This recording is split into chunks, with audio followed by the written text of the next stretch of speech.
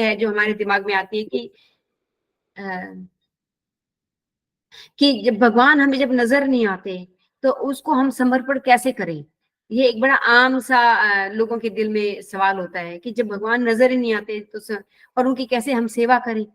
और खासकर विदेशों में तो और मेरे ख्याल से इंडिया में भी आजकल जनरेशन जो आ रही है वो ऐसी है, वो ऐसे है कि जो चीज नजर नहीं आती तो वो है ही नहीं, और जो नजर आती है बस वो ही है, और जो नहीं है वो नहीं है। तो इसीलिए इसी पैटर्न पे जो है वेस्टर्न कंट्रीज में लोग अपना जीवन जी रहे हैं। और अक्सर जब उनको धर्म की बात की जाए तो वे कहते हैं पहले दिखाओ भगवान कहाँ है, फिर हम मानेंगे कि भगवान है। ये बड़ी आम बात है, खासकर क्रिश्चियंस में तो बहुत ज्यादा ये चीज होती है। और क्रिश्चियनिटी में मैंने एक चीज और देखी है कि क्रिश्चियनिटी में ही अपनी आप में एक छोटे से एरिया में आपको एक ही जगह पे कम से कम 400-500 डिफरेंट टाइप के चर्च मिलेंगे। इसी बिकॉज ऑफ भगवान नजर नहीं आते, उसको कैसे समर्पण किया जाए उसी को पॉइंट को लेके सबने अपने अपना स्पेकुलेशन करके अपनी अपनी फिलोसफी को ऐड कर दिया बाइबल में। इसीलिए उनके नाम चेंज हो रहे हैं, कोई प्रोटेस्टेंट है, कोई कैथोलिक है, कोई न्यू टेस्टामेंट है, कोई ओल्ड टेस्टामेंट है, ऐसे करके मतलब हर नुक्कड़ कोने पे उन्होंने अपनी अपनी फिलोसफी को लेके जिहोवा विटनेस है, ऐसे करके अलग अलग बना रखे हैं। और उसका कारण क्या है, क्योंकि भगवान नजर नहीं आते तो सबकी अपनी अपनी स्पेकुलेशन देनी शुरू कर दी वहां पे सबने। और उसकी स्पेकुलेशन की वजह से लोग अब इतने कंफ्यूज हो गए हैं कि वो धर्म को ही छोड़ गए हैं, वो क्रिश्चियनिटी को मानना ही छोड़ दिया है कि भाई ये तो ये कुछ कह रहे हैं वो कुछ कह रहे हैं, कहीं पे भी कोई सहमति नहीं है किसी की एक साथ में। लेकिन यहाँ प्रभुपाद ने देखो यहाँ कितना क्लियर, हमारे शास्त्रों में वेदों में सब कुछ कितना क्रिस्टल क्लियर है कि हमें वो चीज से गुजरना नहीं पड़ेगा, जैसे और धर्मों में कहीं भी प्रॉब्लम हो सकती है थोड़ी बहुत, लेकिन यहाँ पे प्रभुपाद ने सब कुछ हमें क्लियर कर दिया है, क्रिस्टल क्लियर, कि भगवान नजर नहीं आते तो कैसे समर्पण करें और कैसे उनकी सेवा करें। दूसरा पॉइंट यह है कि सुखदेव गोस्वामी यहाँ पे हमें प्रैक्टिकल सजेशंस दे रहे हैं कि कारण और धारणा, मतलब धारण, भगवान को धारण, कारण और क्या किस कारण से भगवान को समझा जा सकता है, क्या कारण और धारण के द्वारा भगवान को कैसे समझा सकता है, इसके बारे में उन्होंने प्रैक्टिकल सजेशंस यहाँ पे दिए हैं। फिर आगे उन्होंने ये भी थोड़ा सा ऐड किया कि कैसे भगवान को भौतिक इंद्रियों के द्वारा नहीं समझा जा सकता, नटशेल में अगर बोला जाए तो। क्योंकि ऐसा क्यों है, क्योंकि ऐसा इसलिए क्योंकि हमारे अंदर 4 डिफेक्ट्स होते हैं, है ना। ये बात हम सब जानते हैं कि हमें भ्रम हो जाता है, हमारी इंद्रियां पूर्ण है, हमें धोखा देने की प्रवृत्ति है ना। और चौथा कौन सा है, भ्रमित हैं, धोखा देने की अपूर्ण इंद्रियां हैं, और चौथा कौन सा है, गलती करते हैं माता जी, गलती करते हैं, यस, कमिट मिस्टेक्स।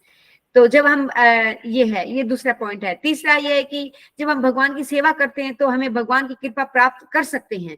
यहाँ पे प्रभुपाद ने इसको भी मेंशन किया आगे, शुद्ध भक्त भगवान को हमेशा हर जगह देखते हैं। ये कैसे पॉसिबल है, अभी तो हम कह रहे थे कि भगवान नजर नहीं आते तो समर्पण कैसे करें, और यहाँ शुद्ध भक्त हैं जो भगवान को हर जगह देख रहे हैं। तो इसका हम अभी थोड़ा एक्सप्लेन करेंगे कि परमात्मा के रूप में जो भगवान हमारे सबके हृदय में बैठे हैं, है ना, चाहे वो किसी भी धर्म का हो, कोई भी जीव हो, हर जीव के दिल में, आत्मा में, हर अणु हर परमाणु के दिल में भगवान बैठे हैं, तो उन सबको डायरेक्ट कर रहे हैं। तो जैसे कि इसमें लिखा है सर्वधर्म परित्यज्य मामेकम शरणम व्रज अहम त्वं समापयेयो मोक्षयिष्यामि मा शुचय, कि तुम सब कुछ छोड़ दो, डरो मत, तुम मेरी शरण में आओ, भगवान कहते हैं, तो मैं तुम्हें डिलीवर कर दूंगा। और साथ में डिलीवर करने का मतलब ये भी है कि आप भगवान को जब आप डिलीवर आपको कर रहे हैं तो ऑब्वियसली एक चीज तो है कि आप 1 to 1 हो रहे हो भगवान के साथ में, भगवान के साथ आपका आदान प्रदान हो रहा है ना, आध्यात्मिक लेवल पे। तो ऑब्वियसली इन दैट सिचुएशन आप भगवान के दर्शन भी कर सकते हो, है ना, और उनको फिर दर्शन और सेवा भी कर सकते हो। तो ये एक सॉल्यूशन है यहाँ पे। और इसी प्रकार आगे 9:22 में कृष्ण जी कहते हैं अनन्या चिंतयन्तो माम ये जना परिपासते तेषां नित्यं वियुक्तानां योगक्षेमं वहाम्यहम्। वो कहते हैं जो मेरी शरण में आता है। अब यहाँ पे भगवान देखो, भगवान जो लोग कहते हैं भगवान नजर नहीं आते, तो देखिए भगवान नजर नहीं आते, लेकिन भगवान अपने शब्दों में प्रकट है ना। वो शब्दों के थ्रू आपको कितना आश्वासन दे रहे हैं कि तुम चिंता मत करो, तुम मेरी शरण में आओ। जो मेरा अनन्य भक्त बन जाता है उसको कभी भी लाइफ में किसी चीज की चिंता करने की जरूरत नहीं है, सब कुछ उसका सॉर्ट आउट हो जाता है। जो उसको चाहिए वो मैं उसको देता हूँ, जो नहीं है जो मैं वो उसको देता हूँ, और जो उसके पास है उसकी मैं रक्षा करता हूँ। फिर आगे उन्होंने इंद्रियों के बारे में जिक्र हुआ। यहाँ पे प्रभुपाद ने कैसे हमें बताया कि जो हमारी इंद्रियां हैं इसका कैसे उपयोग हम आध्यात्मिक लेवल पे कर सकते हैं। ये भौतिक इंद्रियां हैं, सूक्ष्म रूप में काम करती हैं, तो कैसे इनका जो है भौतिक लेवल पे जो इंद्रियां हैं उनका सूक्ष्म रूप में उपयोग करके कैसे शरीर में ऊर्जा उत्पन्न करी जा सकती है, जो कि पॉजिटिव ऊर्जा के रूप में प्रकट हो जाएगी। तो इस प्रकार तो अभी मैंने सोचा क्यों ना पहले पंखा बंद करो, थोड़ा धीरे कर दो, तेज है बहुत।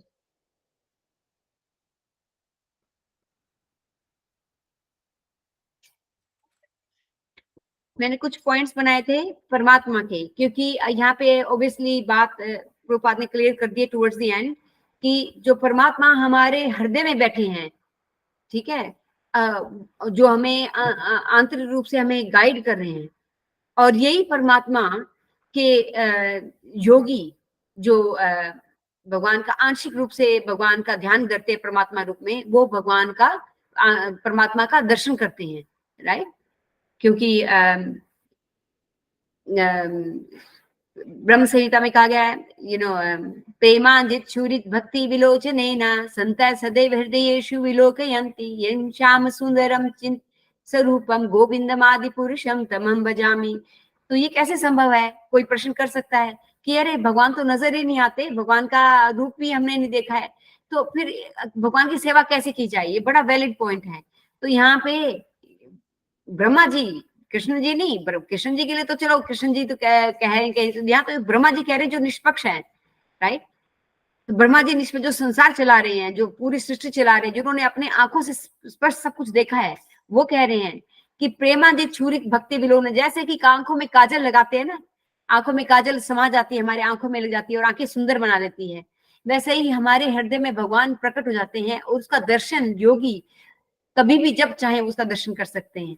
हृदय में हमेशा उसका दर्शन करते हैं योगी, वो परमात्मा यहाँ पे उसका जिक्र किया जा रहा है। तो हम यहाँ पे उसके बारे में जिक्र कर रहे हैं कि कुछ पॉइंट्स बनाए हैं, जैसे ये है कृष्ण प्रत्येक के हृदय में परमात्मा के रूप में स्थित हैं।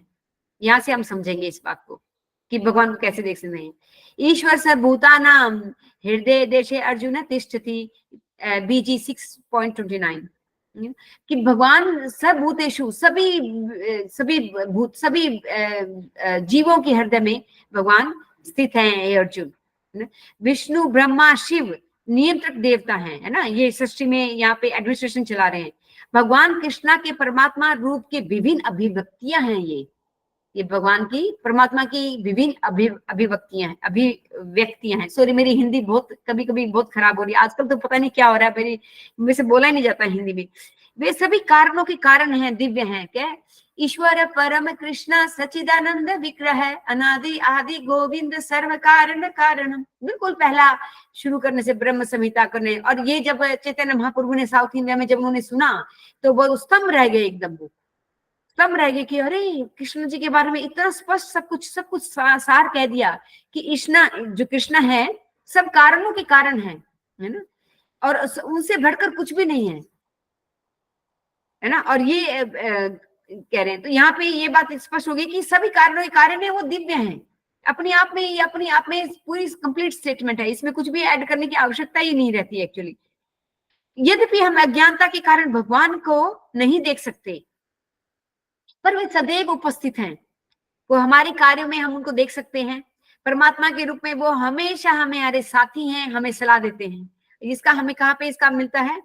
उपद्रष्टानु अनुमंता भर्ता भोक्ता महेश्वरा, कि वो कैसे साथी के रूप में बैठे हैं, उपद्रष्टा देख रहे हैं, अनुमंता सैंक्शन कर रहे हैं, जो हम कार्य कर रहे हैं उसको सैंक्शन करने वाले भी वही हैं, है ना। वो पूरा हमें एक साथी के रूप में बैठे हैं, अनजान व्यक्ति के रूप में नहीं बैठे, कोई ऐसे कोई बाहर का कोई हमें कोई लठ लेके बैठा है मारने के लिए, नहीं, वो एक दोस्त बन के बैठे हैं, मित्र बन के बैठे हैं हमारे हृदय में, हमारी मदद के लिए।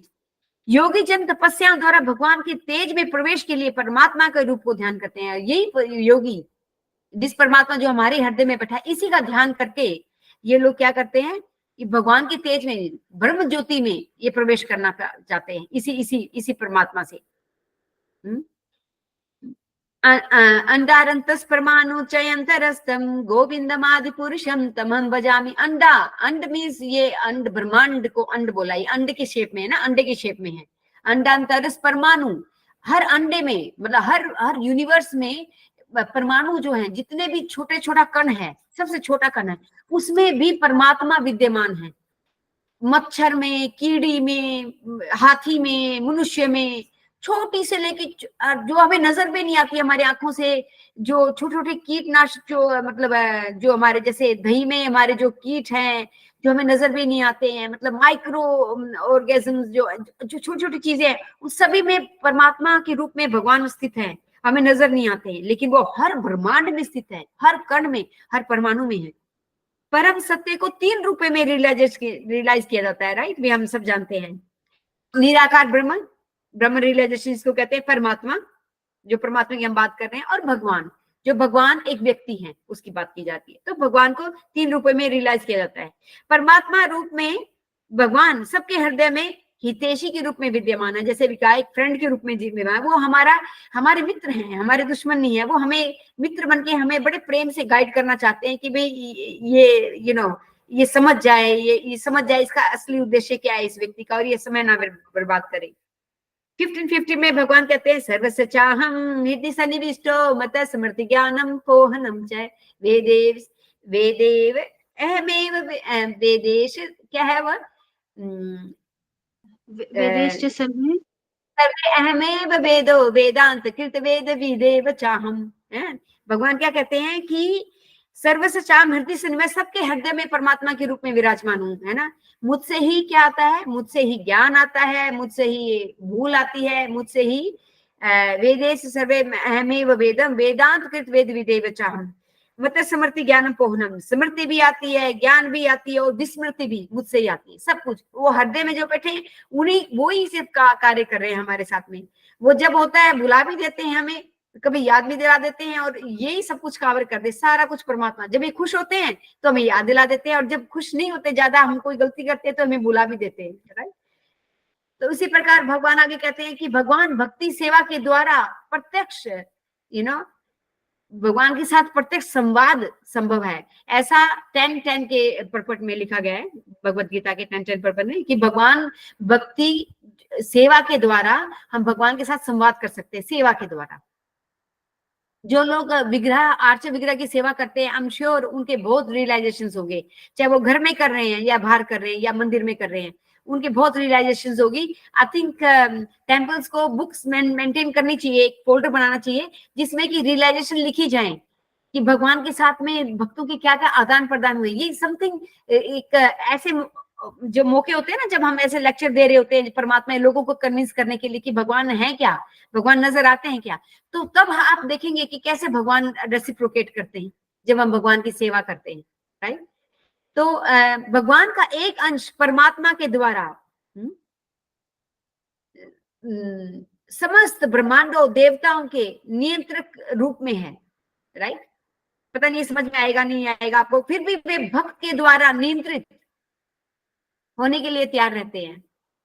एक परमात्मा जो पूरे ब्रह्मांड को, मतलब एक आत्मा के रूप में भी बैठे हैं, और वो बाहर भी वो कंट्रोल कर रहे हैं, तो वो सारी चीजों को कंट्रोल कर रहे हैं, बट सेम टाइम वो हृदय में बैठे हुए चाहते हैं कि भक्त मुझे प्रेम से मुझे कंट्रोल कर ले, मुझे अपने वश में कर ले, वो ऐसा चाहते हैं। कुंती देवी ने कहा, कृष्ण जी से कहा, कृष्णाय वासुदेवाय। वो चाहती तो ये कह सकती थी आप तो मेरे परिवार के हो, ऐसा कर सकती थे, तो कृष्णा शायद ध्यान नहीं देती उस बात पे। जब उसने कहा कृष्णाय वासुदेवाय, तो उसने कहा कि वासुदेव का यहाँ पे एक्चुअली पर्पट में प्रभुपाद कहते हैं कि वासुदेव का मतलब यहाँ पे है परमात्मा, कि कृष्ण जो है वो परमात्मा के रूप में हर एक के दिल में बैठे हैं। वो कृष्ण जो हर एक के दिल में परमात्मा के रूप में बैठे हैं, वो वासुदेव। वासुदेव पिता का नाम नहीं लिया उन्होंने, वासुदेव कह के ये कहा है कि वो परमात्मा के रूप में सबके हैं। तो यहाँ पे कुंती देवी उनको रेफर कर रही है परमात्मा के रूप में, तो इतना महत्वपूर्ण है उनका ये रूप। प्रत्येक ब्रह्मांड में परमाणु से भरा है, अभी हमने कहा, और प्रत्येक परमाणुओं में अभी जैसे हमने ऑलरेडी डिस्कस किया कि वो विद्यमान है। उपनिषद कहते हैं, अभी हमने पढ़ाई है ये इसमें, कि हर एक वृक्ष पे दो पक्षी रहते हैं, राइट। अभी हमने जैसे पढ़ा, एक देख रहा है और दूसरा आनंद ले रहा है, वो खा रहा है, पी रहा है, आनंद ले रहा है, और दूसरा वो चुपचाप उसको सब कुछ वॉच कर रहा है, राइट। और देखने वाला पक्षी जो देख रहा है ये परमात्मा है, ये परमात्मा के रूप में हमारी सारी एक्टिविटीज देख रहा है। हम सोचते हैं अरे हमें तो कोई नहीं देख रहा, कमरे में कोई नहीं है, चलो कुछ भी कर लो अभी तो घर में कोई नहीं है, प्याज लहसुन भी खा लो, किसी को नहीं पता लगेगा या फिर कुछ भी कर लो, कोई बात नहीं, किसी को नहीं बताएंगे। लेकिन वो परमात्मा है ना, वो सब कुछ नोट कर रहा है, राइट। हमारा जो प्रोमिस है ना, हमने जब जिन्होंने दीक्षा ली है ना, उन्होंने प्रोमिस किया था हम प्रचार करेंगे, प्रभुपाद के मिशन में प्रचार करने का पूरा सहयोग देंगे। और जब प्रचार की बात आती है तो हम कहते हैं कि नहीं, आज नहीं, कल करेंगे, राइट। ऐसा कभी कभी होता है। लेकिन आप तो सब अच्छे भक्त हो, मैं इतनी अच्छी नहीं हूँ मुझे थोड़ा सा अच्छा होना पड़ेगा। तो ऐसे करके भगवान परमात्मा के रूप में नोट करते रहते हैं कि अरे नहीं, ये हिल रहा है तो इसको लाइन पे लेके आना पड़ेगा। तो परमात्मा इज ऑलवेज हेल्पिंग अस, हमें लेवल पे लाने के लिए हमेशा हमारी मदद करते रहते हैं, एक मित्र के रूप में। जैसे कैसे कि भीतर से परमात्मा के रूप में वो साथी के रूप में हमारी शिक्षा दे रहे हैं, और बाहर से कैसे शिक्षा दे रहे हैं, वो गुरु के रूप में, गुरु है हमारे, परंपरा है, उसके रूप में हमें शिक्षा दे रहे हैं, है ना। और भगवत गीता है, भागवतम है, जो हमारे जितने ग्रंथ हैं वो भारी रूप से। तो क्या होता है कि जब वो अंदर बैठे होते हैं और बाहर से दे रहे हैं, तो उसको जब हमने भगवान को जागृत कर लिया, मतलब अब अपने नियमों के हिसाब से जी रहे हैं। जैसे प्रभुपाद ने कहा है, हम हम अच्छा बनना चाहते हैं, हम पॉजिटिव एनर्जी क्रिएट कर रहे हैं, अब हम भगवान को पाना चाहते हैं, हम अच्छे व्यक्ति बनना चाहते हैं, हम सब बुरी चीजें छोड़ देना चाहते हैं। तो इसमें परमात्मा फिर कहता है कि मैं तुम्हारा सहयोग करूंगा, मैं तुम्हें रास्ता दिखाऊंगा, तुम्हें कहाँ जाना है, तुम्हें गुरु की आवश्यकता है, तुम्हें मैं बताऊंगा। जैसे जैसे हमारी भावना होती जाती है, परमात्मा हमें उसी लेवल के, उसी अनुपात में हमें उसी के हिसाब से गुरु दिखाता है। अगर हमारे अंदर धोखा देने की प्रवृत्ति होगी तो हमें धोखा देने वाला गुरु मिलेगा, हमें कभी भी बोनाफाइड गुरु नहीं मिलेगा, क्योंकि भगवान उनको प्रोटेक्ट करते हैं। और जब अगर हमारे अंदर सिंसियरिटी आ जाएगी, उसी सिंसियरिटी के अनुपात में हमें गुरु मिल जाएगा, उसी सिंसियरिटी के अनुपात में हमें शिष्य मिल जाएंगे, हमें अपने साथ में भक्त मिल जाएंगे। तो इसीलिए हम देखते हैं कि इतने सारे धर्म हैं, है ना। कोई मुस्लिम धर्म में जा रहा है, कोई सिख धर्म में जा रहा है, कोई क्रिश्चियनिटी में जा रहा है। क्यों? क्योंकि सभी का जो अंदर से जो उनका जो लेवल ऑफ भक्ति सबका अलग अलग है, और वो अपने अपने नेचर के हिसाब से, अपनी प्रकृति के 3 गुणों की प्रकृति है, उसकी प्रकृति के हिसाब से वो अपना धर्म चूज कर रहे हैं। कि कोई धर्म मुस्लिम ले रहा है क्योंकि वो मीट खा सकते हैं, वो शादियां कर सकते हैं, 4 शादियां कर सकते हैं, या उनमें इतनी छूट है, उनमें ये छूट है, वो छूट है, उनको कोई ना कोई चीज उनको फैसिनेट कर रही है मुस्लिम धर्म में। या क्रिश्चियनिटी, लोग कई बार हिंदू छोड़कर क्रिश्चियनिटी को अपना लेते हैं कि हिंदू में तो 36 इतने देवी देवता है, किस किस को पूजे, क्रिश्चियनिटी में चलो। कितने मैं जानती हूँ पंजाब में अभी ये चीज बहुत ज्यादा चल रही है, साउथ इंडिया में बहुत ज्यादा चल रही है, पंजाब में तो ऑलमोस्ट एवरी अदर पर्सन अब क्रिश्चियन बन चुका है। सिर्फ इसलिए क्योंकि वहां पे हमारा रीच आउट नहीं है, इसको उनका रीच आउट नहीं है वहां पे, अभी हो रहा है। लेकिन कुछ मैं इसलिए कह रही हूँ क्योंकि मैं ऐसे लोगों के साथ काम कर चुकी हूँ स्वयं, मैं एक ऐसे परिवार के साथ काम कर चुकी हूँ। आपने नाम सुना होगा नरूला, उसका नाम मुझे याद नहीं आ रहा, आप नरूला डालोगे तो आपको लेक्चर आ जाएगा, वो पंजाब में रहता है ये नरूला। वो है क्या बोलते हैं उसको, पार्षद नहीं, क्या बोलते हैं, पादरी को क्या बोलते हैं इंग्लिश में?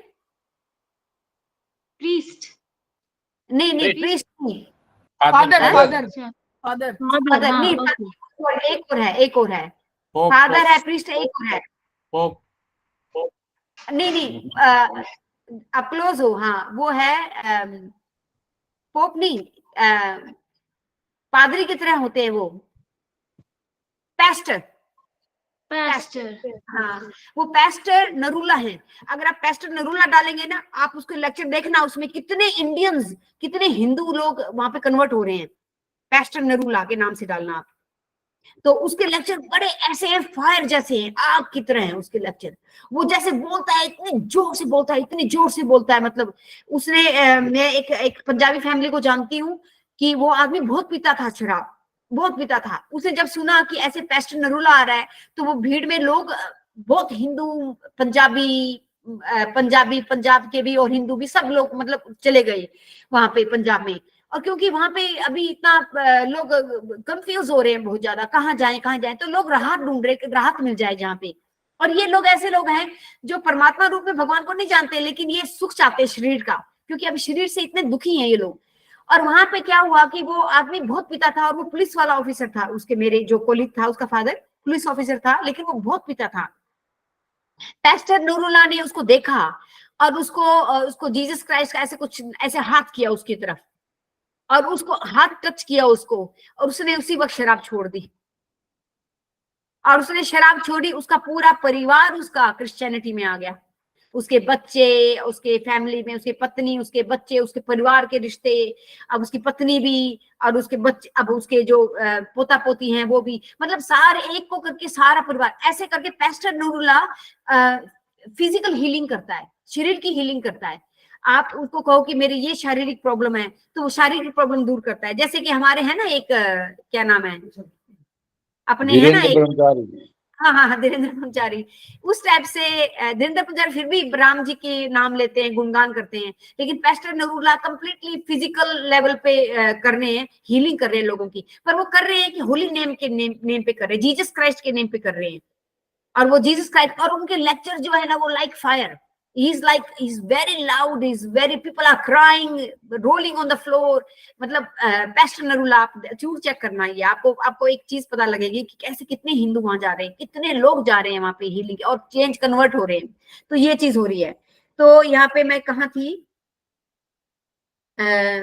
आध्यात्मिक गुरु की बात हो रही थी कि कैसे परमात्मा निरंतर शिक्षा दे रहे हैं, और परमात्मा के रूप में आध्यात्मिक गुरु हैं, राइट। तो परमात्मा है, क्योंकि अब यहाँ पे, क्योंकि उनकी जो मानसिकता है हमारी, जैसे मैंने बताया कि जैसे हमारी प्रकृति होगी हमें वैसे गुरु मिलेंगे, इसे लोग कन्वर्ट हो रहे हैं, बिकॉज उनकी प्रकृति, इन गुणों की प्रकृति ऐसी है, इसलिए वो ऐसी जगह पे जा रहे हैं उनको।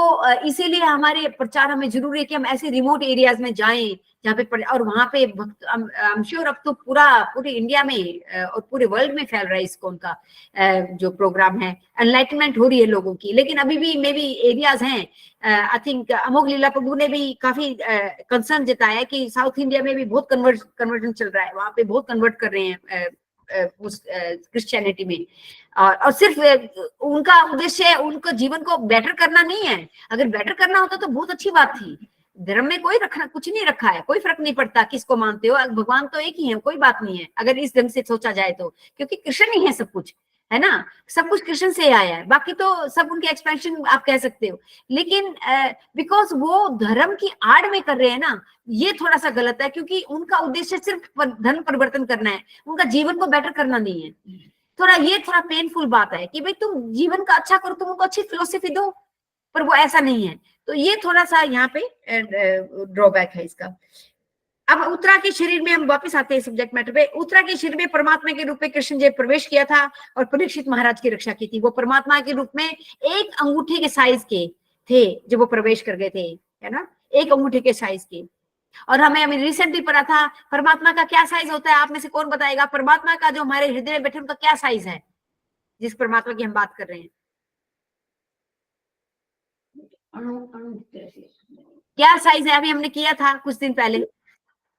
मनीष बाबू आप रहने दीजिए, सुगोपी माता जी को भी पता होगा शायद। हाँ, अब आप में से कोई और बताए। सरिता माता जी, हाँ बताओ। हरे कृष्ण माता जी, 8 इंच बताया था हाँ उसमें। ठीक है माता जी, यस जी। ठीक है। देखिए सिर्फ 8 इंच के रूप में भगवान परमात्मा रह रहे हैं हमारे हृदय में।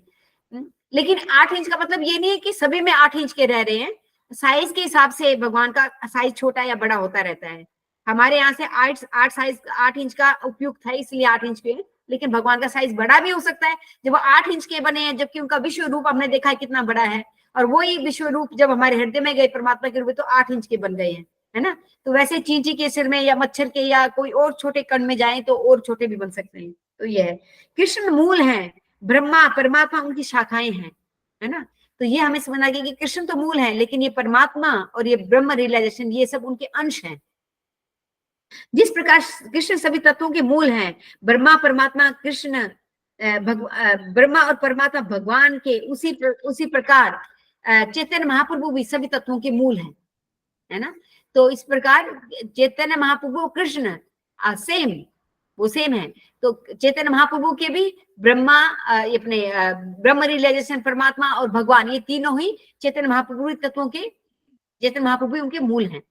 यदि कोई समझ ले कि वासुदेव सर्वमिति सहमात्मा सुदुर्लभ है, जो ये समझ लेता है कि परमात्मा कृष्ण परमात्मा है और निराकार ब्रह्म और निराकार ब्रह्म भी है, जो ये समझ लेता है कि ऐसा नहीं है कि भगवान सिर्फ तीन जो हम मंदिर में है, हमारे हृदय में बैठे हैं, बाकी निराकार है, वो एकदम बेकार है, वो तो रिजेक्ट कर दिया। नहीं, ऐसा नहीं है, वो भी भक्त हैं। बिकॉज दे निराकार में जाने का मतलब यह है कि वो भगवान के धाम में नहीं जा सकते, बिकॉज वो भगवान की डायरेक्ट सेवा नहीं कर रहे हैं, वो ब्रह्म ज्योति में जाएंगे। ब्रह्म ज्योति भी कोई छोटी चीज नहीं है, इस इटर्नल प्लेस इज बियॉन्ड, पर व्योम में आ जाता है, वो भी ऊपर आध्यात्मिक जगत में आ जाता है।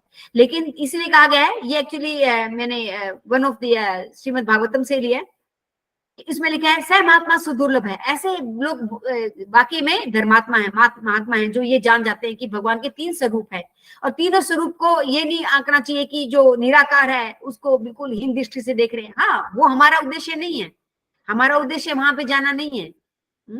परमात्मा रूप में कृष्ण सभी के मित्र हैं और सभी के जीवों के साथ बैठते हैं। भगवान श्री कृष्ण, भगवत गीता में भगवान श्री कृष्ण का निर्देश है कि परमेश्वर एक व्यक्ति है, निराकार ब्रह्म है और उसका तेज है, परमात्मा उसका आंशिक प्रतिनिधित्व है, वो आंशिक प्रतिनिधि है। जीव गोस्वामी कैंटो में, 3rd कैंटो में कहते हैं कि परमात्मा रूप में पूर्ण विस्तार है कृष्ण का, कृष्ण परमात्मा रूप में पूर्ण विस्तार में परमात्मा के रूप में चल और अचल, है ना, हमने कल क्लास शाम को भी किया था, चल अचल रूप में पाए जाते हैं, स्थित हैं। मतलब जो मूव कर रही है उन चीजों में भी है, जो मूव नहीं कर रही है उन चीजों में, पेड़ पौधों में भी भगवान पाए जाते हैं परमात्मा के रूप में।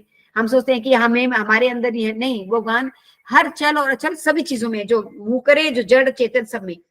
कृष्ण ब्रह्म ज्योति है और स्थानीय परमात्मा दोनों है, पर ब्रह्म ज्योति परमात्मा में कृष्ण के साथ मधुर संबंध नहीं हो सकता। समझिए आप मेरी बात, कृष्ण ब्रह्म ज्योति हैं और स्थानीय परमात्मा भी है। ब्रह्म ज्योति में हमारे भगवान के साथ मधुर संबंध नहीं हो सकता, और इसीलिए जो है हमारा उद्देश्य निराकार ब्रह्म को प्राप्त करना नहीं है। ब्रह्म संहिता में गोविंद पूर्ण अंश है, परमात्मा अंश के रूप में अणु में स्थित है। कृष्ण परमात्मा के रूप में हृदय में आंतरिक रूप से मदद करते हैं। ददामी बुद्धि योगम ये मामू पेंती थे। भगवान कैसे, यहाँ पे हम बुद्धि की बात आ रही है ना, अभी हम जो आप देखेंगे यहाँ पे बुद्धि के ऊपर टॉपिक आ रहा है कि कैसे कि भगवान हमें बुद्धि प्रदान करते हैं, है ना। तो यही बुद्धि जो है हमें सुपर सेल्फ बना देती है। सुपर सेल्फ का मतलब क्या है कि वो भी आत्मा ही है। सुपर सेल्फ में क्या है, रियलाइजेशन, हायर रियलाइजेशन है, जिसमें कि हम जान चुके हैं कि हमारा और भगवान के साथ हमारा क्या रिश्ता है। अब सुपर सेल्फ के अकॉर्डिंग ही जब हम अपना जीवन जीते हैं तो that is a perfect life, क्योंकि उसमें फिर हम समय बेकार नहीं करते, है ना। लेकिन आत्मा को जब आप व्यवहारिक सामान्य तौर पे अगर हम जीवन जीते हैं तो वो हम समय व्यवहार करते हैं, क्योंकि हमें भगवान के साथ हमारा संबंध नहीं मालूम। यहाँ पे प्रभुपाद यहाँ पे यही बात कहने की कोशिश करते हैं कि हमारा जो सुपर सेल्फ है वो हमारा मार्गदर्शन करता है, ये हमारा मार्गदर्शन करता है। उसका लाभ उठाकर हमें अध्ययन करना चाहिए, भगवान के शरण में जाना चाहिए, और इस प्रकार हम उन्नति कर सकते हैं। और फिर हमें समझ में आएगा कि हमें शरीर नहीं है, हम एक आत्मा है। ऐसा नहीं है कि शरीर नहीं है हमारे पास, लेकिन जो हम कह देते हैं ना कि मेरे पास आत्मा भी है, हाँ मैं शरीर हूं पर मैं आत्मा भी है मेरे पास। ऐसे लोग अक्सर ये स्टेटमेंट करते हैं, जयप्रकाश महाराज अक्सर ये बात कोट करते हैं कि नहीं, हम आत्मा है और आत्मा है, लेकिन हमारे पास ये शरीर है, अभी यू करना पड़ेगा। तो हमारी स्वतंत्रता हमारे ऊपर है कि इस स्वतंत्रता को हम कैसे यूज करते हैं। कि इस स्वतंत्रता को हम मिसयूज करते हैं, तो मिसयूज करेंगे तो हम भौतिक आसक्ति में चले जाएंगे और हम अज्ञानता में चले जाएंगे। इस स्वतंत्रता को जो हम पॉजिटिव में यूज करेंगे तो हमें जान पाएंगे कि हम सुपर सेल्फ है। सुपर सेल्फ अभी मैंने बताया ना कि हमारा असल में हम क्या है। बुद्धि भगवान की पूर्ण आत्मा का परमात्मा अंश का रूप निर्देश है। अभी हमने पढ़ा ना कि ये रूप निर्देश है, मतलब ये हमें परमात्मा का जो है वो गाइड कर रहा है हमें। थोड़ा सा ये बोरिंग सा सेशन लगता है क्योंकि हम इतना सुनते नहीं है इसके बारे में, इसी में यहाँ पे दे रखा है। बुद्धि जो है वो किसमें आती है? परमात्मा से आती है। भगवान हमें बुद्धि दे रहे हैं, ददामि बुद्धि योगम, तो जैसे अभी किया, और रूप दिशा हमें उससे प्राप्त हो रही है। भगवान हमें बताते हैं तुम ये करो, तुम ये मत करो, तुम्हें ये से करना चाहिए, तुम्हें वैसा करना। हमें अंदर से हमें प्रेरणा देते रहते हैं, है ना। और इसी प्रकार जो कर्म इंद्रियां, यहाँ पे हमने देखा सूक्ष्म इंद्रियां हैं, कर्म इंद्रियां हैं, वर्किंग सेंसेस हैं, और जो 3 सटल एनर्जीज है, 3 जो है ना, ये मिला के जो 13 है प्लस माइंड जो है, ये सारी इन सब के जो ऊर्जा, जब हम इसको आध्यात्मिक लेवल पे यूज करने ले जाते हैं तो इसका जो पॉजिटिव यूज होता है, देन इट्स प्रॉपर्ली यूटिलाइज्ड इन भगवान को समझने में, फिर ये प्रॉपर यूटिलाइज होगी, फिर हम भगवान को देख सकते हैं, क्योंकि हम अपनी इंद्रियों को मिसयूज नहीं कर रहे हैं अननेसेसरी चीजों में। जब इंद्रियों का सही इस्तेमाल होगा तो हम डेफिनेटली भगवान को अपनी अंदर की आत्मा के, अपने हृदय के नेत्रों से हम भगवान का दर्शन कर सकते हैं, जैसे योगी करते हैं, है ना। तो यहाँ पे ये बोला गया है। तो और क्या है इसमें, यहाँ पे एनालॉजी जो दी गई वो ये दी गई कि जैसे अग्नि है लकड़ी को जलाकर राख कर देती है, उसी प्रकार ज्ञान की अग्नि जो है वो समस्त भौतिक फलों के जो कर्मों के फल हैं हमारे, वो सबको राख कर देती है, भौतिक कर्मों के फलों को, है ना। तो इसी प्रकार हमें ये समझना पड़ेगा कि गुणात्मक रूप से जो आत्मा और सुपर सेल्फ और सामान्य आत्मा, गुणात्मक रूप से तो सेम है क्योंकि वो भी आत्मा है, वो भी आत्मा है, लेकिन पदार्थ रूप में डिफरेंट है, क्योंकि अब हम पदार्थ रूप में जाएंगे कि एक आध्यात्मिक लेवल पे और एक सांसारिक लेवल पे है। तो यहाँ पे यही बात कहने की कोशिश करी है कि इस चीज को हम समझते हुए हमें भगवान से जुड़ना होगा। भगवान की जब हम सेवा करेंगे, जब हम अपने शरीर को सेवा में लगाएंगे, हम भगवान के डेफिनेटली दर्शन कर सकते हैं, है ना। भगवान के दर्शन जब हम भगवत गीता पढ़ते हैं, भागवत पढ़ते हैं, जब हम अपने गुरु से सुनते हैं, गुरु के निर्देश से गुरु की सेवा करते हैं, है ना, तो अब उसके द्वारा हम भगवान के दर्शन कर सकते हैं। एक प्रोसेस है, उसको प्रोसेस को अपनाने से हम भगवान को डेफिनेटली, हम भगवान की सेवा करके भगवान को प्राप्त कर सकते हैं। इसके साथ मैं विराम देती हूँ। सॉरी मैं इसे अच्छी तरह प्रिपेयर नहीं कर पाई, मेरे पास इतना समय भी नहीं था, सुबह ही मैंने किया है जल्दी जल्दी में। तो आई एम श्योर सुगोपी माता जी मुझसे बहुत बहुत बहुत अच्छा करती है, लेकिन आई एम सॉरी माता जी। एनीवे किसी का कोई प्रश्न है तो पूछ लीजिए, या कोई कमेंट है किसी का तो कर लीजिए।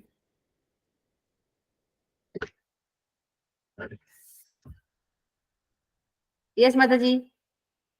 हरे कृष्ण माता जी, class was really very wonderful. आपने एक्चुअली किसी को परमात्मा पे रिसर्च करना है तो ये क्लास जरूर सुनना चाहिए, रिकॉर्डेड है। और आपने इसमें एक्चुअली सारे प्रूफ दिए हैं, प्रभुपाद जी के परपोर्ट से दिए हैं आपने। इसमें एक्चुअली भगवत गीता के एंड ब्रह्म संहिता के बहुत सारे वर्सेस कोट किए हैं।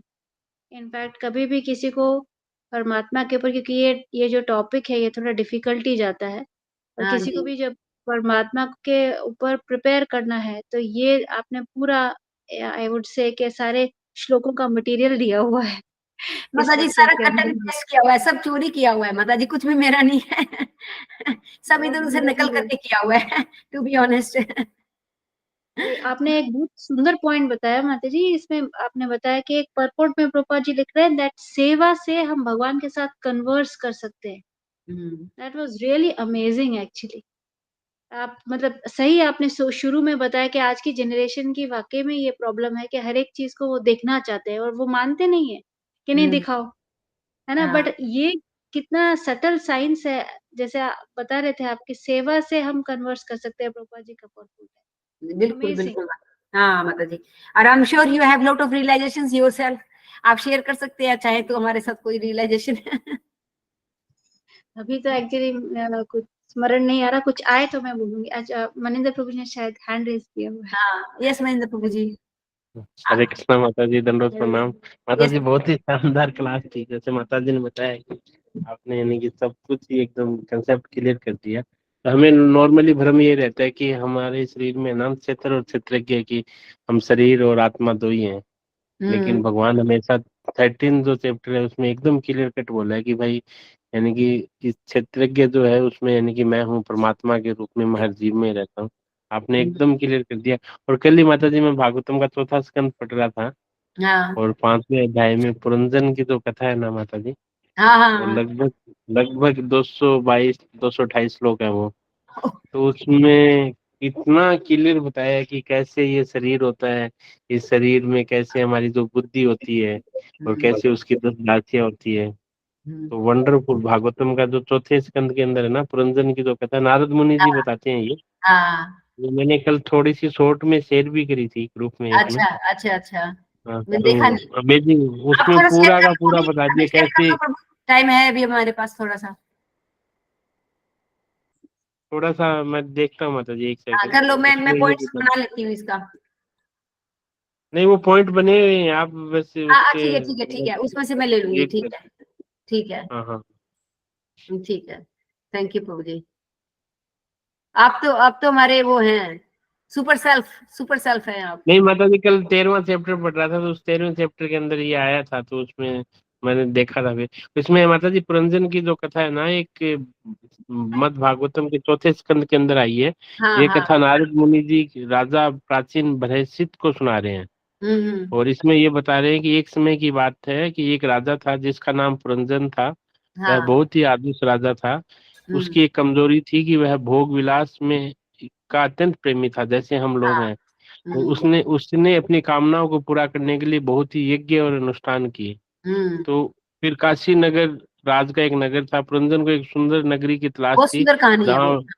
जहाँ हाँ, जहाँ वह सुखपूर्वक रह सके। एक दिन उसके अत्यंत सुंदर नगरी काशी राज को देखा, हम्म। तो वहां उसे एक अद्भुत महल मिला। उसने उस हाँ नगरी को ही अपने निवास स्थल बनाने का निश्चय किया। हाँ। यह नगरी वास्तव में मानव शरीर का प्रतीक है, जहां आत्मा निवास करती है। जो हम्म। पुरंजन है वो आत्मा है, जो नगरी है वो ये शरीर है। तो हम्म। बताते हैं कि सुंदर स्त्री का मिलना।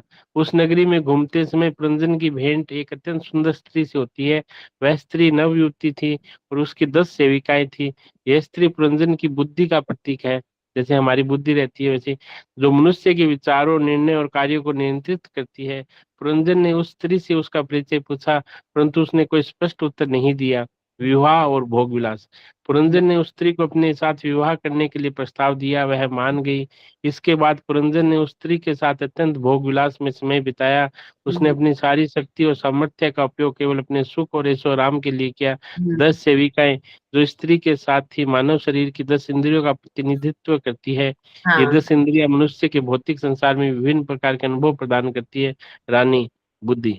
कथा में पुरंजन की रानी उसकी बुद्धि का प्रतीक है। यह बुद्धि मनुष्य के विचारों, निर्णय और कार्यों को नियंत्रित करती है। पुरंजन अपनी बुद्धि के साथ विवाह करता है, जिसका अर्थ है कि वह अपनी बुद्धि को भोग विलास या संसारिक सुखों में लगा देता है। 10 सेविकाएं जैसे 5 ज्ञानेंद्रियां हैं और 5 कर्मेंद्रियां हैं। ये इंद्रियां मनुष्य को भौतिक संसार में विभिन्न प्रकार के अनुभव प्रदान करती है, उसे बाहरी दुनिया से जोड़ती है। फिर नगर पर आक्रमण करते हैं माता जी कुछ से लोग। तो बताते हैं कुछ समय पश्चात पुरंजन की नगरी पर बाहरी शत्रुओं का आक्रमण होता है। ये शत्रु वास्तव में काल, जैसे समय आता है ना, जैसे हमें बुढ़ापा आता है, यस बीमारी यस। आती है, काल हाँ। और भौतिक शक्तियों का प्रतीक है, जो पुरंजन की आत्मा को उसके भौतिक शरीर से अलग करने के लिए आए हैं। उस समय पुरंजन ने अपने नगर की रक्षा करने के लिए प्रयास किया, परंतु वह अपनी आत्मा की रक्षा का कोई प्रयास नहीं किया। वह भौतिक जीवन के जाल में फंसा हुआ था। अच्छा हुआ मृत्यु था। और पुनर्जन्म। अंत में पुरंजन की मृत्यु हो गई। उसकी आत्मा ने अगले जन्म में एक स्त्री के रूप में जन्म लिया। उसने अपने पूर्व जन्म के कर्मों का फल भोगने के लिए नया शरीर धारण किया। नारद मुनि जी का उपदेश। कथा के अंत में नारद मुनि प्राचीन भविष्य को बताया कि वह कथा वास्तव में आत्मा और शरीर के बीच के संबंध को दर्शाती है। पुरंजन हर मनुष्य का प्रतिनिधित्व करता है, जो अपने भौतिक जीवन में भोग विलास में लिप्त रहता है और अपने वास्तविक आत्मिक कर्तव्यों को भूल जाता है। आत्मा की शुद्धि और भगवान से मिलन ही जीवन का वास्तविक उद्देश्य है। निष्कर्ष, पुरंजन की कथा में प्रत्येक पात्र और घटना एक गहरा स्पिरिचुअल अर्थ है। कथा यह सिखाती है कि मनुष्य को अपने भौतिक शरीर और इंद्रियों के भोग विलास में लिप्त होने की बजाय आत्मिक उत्थान और परमात्मा से मिलन की ओर ध्यान देना चाहिए। ये कथा एक गहरे आध्यात्मिक संदेश के साथ मनुष्य जीवन के मूल्य और लक्ष्य को स्पष्ट रूप से समझाती है। कहने वाला, मृत्यु तो माता जी एक दिन सबको ही आनी है। हाँ। मरने से पहले हमें आत्म साक्षात्कार, जिसके ऊपर प्रभुपाद जी जोर देते हैं कि हमें समझना चाहिए कि हम क्यों हैं और हमारा वास्तविक लक्ष्य क्या है। बहुत सुंदर, बहुत सुंदर है सच में। बहुत अच्छा मैसेज दे रही है सबको। बहुत ही अच्छा है। Thank you Prabhu ji, thank you माता जी। किसी का कोई प्रश्न नहीं है तो फिनिश करें। हरे कृष्णा माता जी। यस प्रणाम माता जी। माता जी, ये जो हम पढ़ रहे थे इसमें जो लास्ट पैराग्राफ है उसमें है एक लाइन, वो मुझे थोड़ा समझ नहीं आ रही, प्लीज। मैं देखती हूँ। परमात्मा तो हाँ बोलिए। लास्ट पैराग्राफ है ना जो माता जी, मुझे यहाँ देखना तक पड़ेगा, सामान्य एक सेकंड, ज्ञान का प्रश्न है। मैं देखती हूँ माता जी। लास्ट लाइन क्या बोली है मेरे पास लास्ट जो पैराग्राफ माता जी। बुद्धिमान व्यक्ति बुद्धि के ऐसे उपयोग के कई जन्मों के बाद खुद को वासुदेव के चरण कमलों में समर्पित कर देता है। ये एक मिनट माता जी, मुझे पता नहीं चल रहा कहाँ से है। मैं यहाँ पढ़ रही हूँ, यहाँ तक सामान्य ज्ञान का प्रश्न है। हम इस निष्कर्ष पर पहुंचते हैं, 3 प्रकार की सत्ताएं हैं, पदार्थ, आत्मा और परमात्मा। ये वाला पैराग्राफ में एक लाइन छोड़ के ना उसके बाद आता है, परमात्मा तो पूर्ण पुरुषोत्तम भगवान की आंशिक अभिव्यक्ति है, उनके पूर्ण अंश हैं। ये मुझे समझ में जो परमात्मा को बताया गया है वो पूर्ण पुरुषोत्तम भगवान का आंशिक व्यक्ति हैं, फिर वो उनके पूर्ण अंश है, मतलब ये मुझे क्लियर नहीं हो रहा माता जी। क्या परमात्मा आंशिक प्रतिनिधि है, ठीक है, पूर्ण अंश जी के, ये बोला है ना। जी जी, पूर्ण अगर की आंशिक अभिव्यक्ति है तो फिर पूर्ण अंश की कैसे लिखा हुआ है, मुझे मेरी समझ से बाहर है ये। वाला सेंटेंस क्या है, मेरे पास नहीं है, वो सेम लैंग्वेज नहीं है मेरे पास। मैं यहाँ से पढ़ती हूँ माता जी। यहाँ तक सामान्य ज्ञान का प्रश्न है। हम इस निष्कर्ष पर पहुंचते हैं कि 3 प्रकार की सत्ताएं हैं, पदार्थ, आत्मा तथा परमात्मा। अब यदि हम श्रीमद् भगवत गीता या वैदिक ज्ञान में प्रवेश करें तो हम यह भी समझ सकेंगे कि ये तीनों सत्ताएं अर्थात पदार्थ, व्यक्तिगत आत्मा तथा परमात्मा सभी पूर्ण पुरुषोत्तम भगवान पर आश्रित हैं। हाँ यहाँ पर तो ठीक है माता जी। आगे जो लाइन है ना वो मुझे थोड़ी क्लियर करनी है। परमात्मा तो पूर्ण पुरुषोत्तम भगवान की आंशिक अभिव्यक्ति है, उनके पूर्ण अंश हैं। ये मतलब आंशिक अभिव्यक्ति है तो ये क्या लिखा हुआ है, उनके पूर्ण अंश है, ये नहीं मुझे समझ आया। मतलब किसको लिखा है? परमात्मा जो रूप में है वो जो पूर्ण पुरुषोत्तम भगवान के उनकी आंशिक बताई हुई है ना जी। तो फिर ये किसको लिखा हुआ है उनके पूर्ण अंश है, ये मुझे समझ नहीं आया माता जी। मेरे पास अभी क्योंकि है नहीं यहाँ पे एकदम, और मेरे पास जो प्रभु लगाना एक बार मैं देख। हरे कृष्ण माता जी, मैं बताऊं थोड़ा सा। हाँ बताओ। तो इसमें यही कह रहे हैं कि देखो माता जी, क्या होता है कि एक आत्मा होती है, एक परमात्मा होती है। जो आत्मा जो जीव है वो क्या है कि विभिन्नांश है, यानी भगवान के अंश है लेकिन विभिन्नांश है। लेकिन जो परमात्मा है वो क्या है कि भगवान से ही डायरेक्ट निकले हैं, इसलिए वो क्या है कि परमात्मा पूर्ण अंश है भगवान के। लेकिन क्या है कि वो जैसे भगवान के ही अंश है, तो यानी कि वो भगवान के आंशिक है, यानी कि संपूर्ण जो भगवान में जैसे 64 कला जो होती है कृष्ण में, वो परमात्मा के अंदर वो 64 कला नहीं रहती, लेकिन डायरेक्ट भगवान से निकले, इसलिए यानी कि उनमें वो सारी कैपेबिलिटी रहती है जो भगवान के अंदर है। तो इसको इसी हिसाब से समझाया कि आत्मा अच्छा जो है वो विनाश है, जबकि जो परमात्मा है वो भगवान से ही डायरेक्ट निकले, अच्छा जबकि जीव है डायरेक्ट भगवान से नहीं निकले। अच्छा, मैं भी एक ऐड करना चाहती हूँ इसमें। देखिए, जैसे भगवान के जितने भी विस्तार हैं उनमें और भगवान में शक्तियों में कोई भी अंतर नहीं है, सेम शक्तियां हैं। आंशिक इसलिए बोला गया है कि जो भगवान के प्लानरी जो एक्सपेंशन है, मतलब भगवान के ही अंश है, पूरी शक्ति के साथ है, लेकिन उनकी जो कर्तव्य है, जो रिस्पॉन्सिबिलिटीज है, वो लिमिटेड है, उनकी जी लिमिटेड है, इसलिए वो अंश बोले गए हैं उनको, क्योंकि वो एक स्पेशल पर्पस के लिए आए हैं। जैसे वो जी परमात्मा के रूप में सिर्फ एक काम कर रहे हैं, और भगवान पूर्ण इसलिए क्योंकि वो तो सारा कुछ देख रहे हैं, सब कुछ उनके अंडर आता है, ये इसलिए है। Does that make any sense माता जी?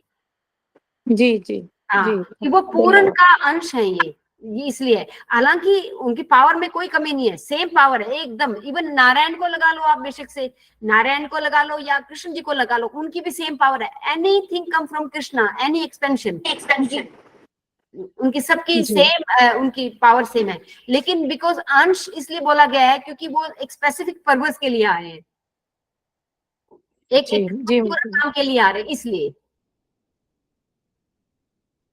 धन्यवाद माता जी। हरे ठीक, कृष्ण। ओके, हरे कृष्ण।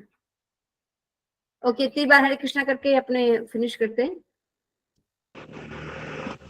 हरे कृष्णा हरे हरे राम हरे राम राम राम हरे हरे हरे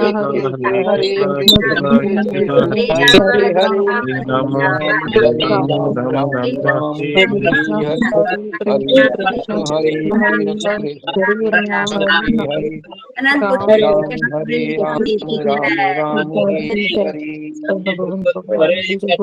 भगवान की अनंत कोटि भक्त वृंद की जय। हरि बोल। प्रणाम प्रभु जी, धन्यवाद प्रणाम। माता जी, प्रभु जी, सबने प्रणाम। हरे कृष्णा, प्रणाम। हरे कृष्णा। हरे कृष्णा। अनंत प्रभु जी, कितनी हो गई आपकी माला आज? हरे कृष्णा प्रभु जी, हरे कृष्णा। ठीक है प्रभु जी, ठीक है। हरे कृष्णा गणपत प्रभु जी। हरे कृष्णा, हरे कृष्णा, हरे कृष्णा। प्रभु जी, शाम को 7 से 8 बजे तक भगवत गीता होती है, गीतापुर प्रभु लेते हैं। अच्छा, शाम को 7 से 8। ठीक है, हुक्म। पधारो उसमें। हाजिर हूँ। हरे कृष्णा प्रभु जी, हरे कृष्णा। हरे कृष्णा प्रभु जी, हरे कृष्णा। उदयपुरी विराजो हो यस प्रभु जी, यस। तो पधारो कहीं जोधपुर। आऊंगा प्रभु जी। मेहरबानी, पधारो, हुक्म। आऊंगा प्रभु जी, आऊंगा। हुक्म हुक्म। हरे कृष्णा, हरे कृष्णा।